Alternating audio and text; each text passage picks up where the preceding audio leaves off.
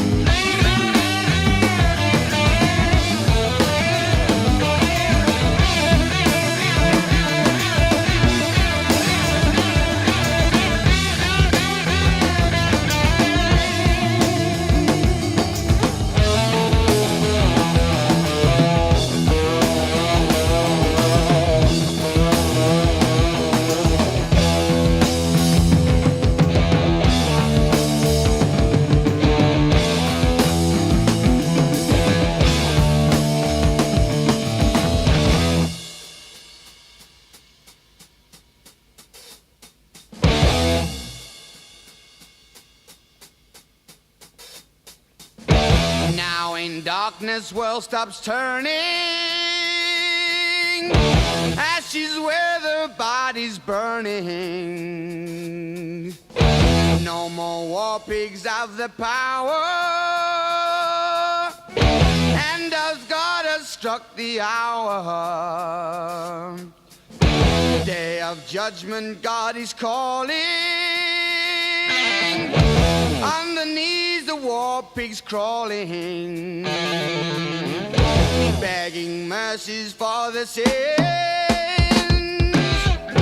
Satan laughing spreads his wings. Oh Lord, yeah.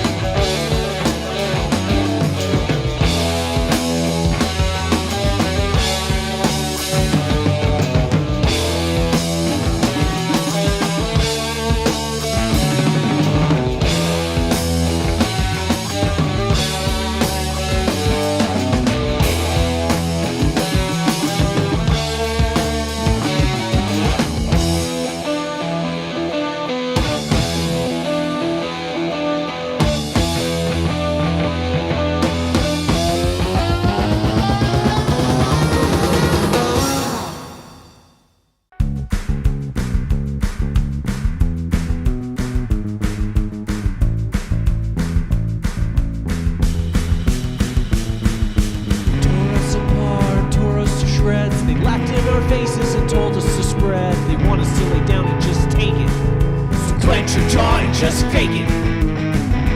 Moment in your ecstasy as they take your son's masculinity. Oh, you say you have the brains? Well, I have some harsh words for you. You're just some light-skinned boy.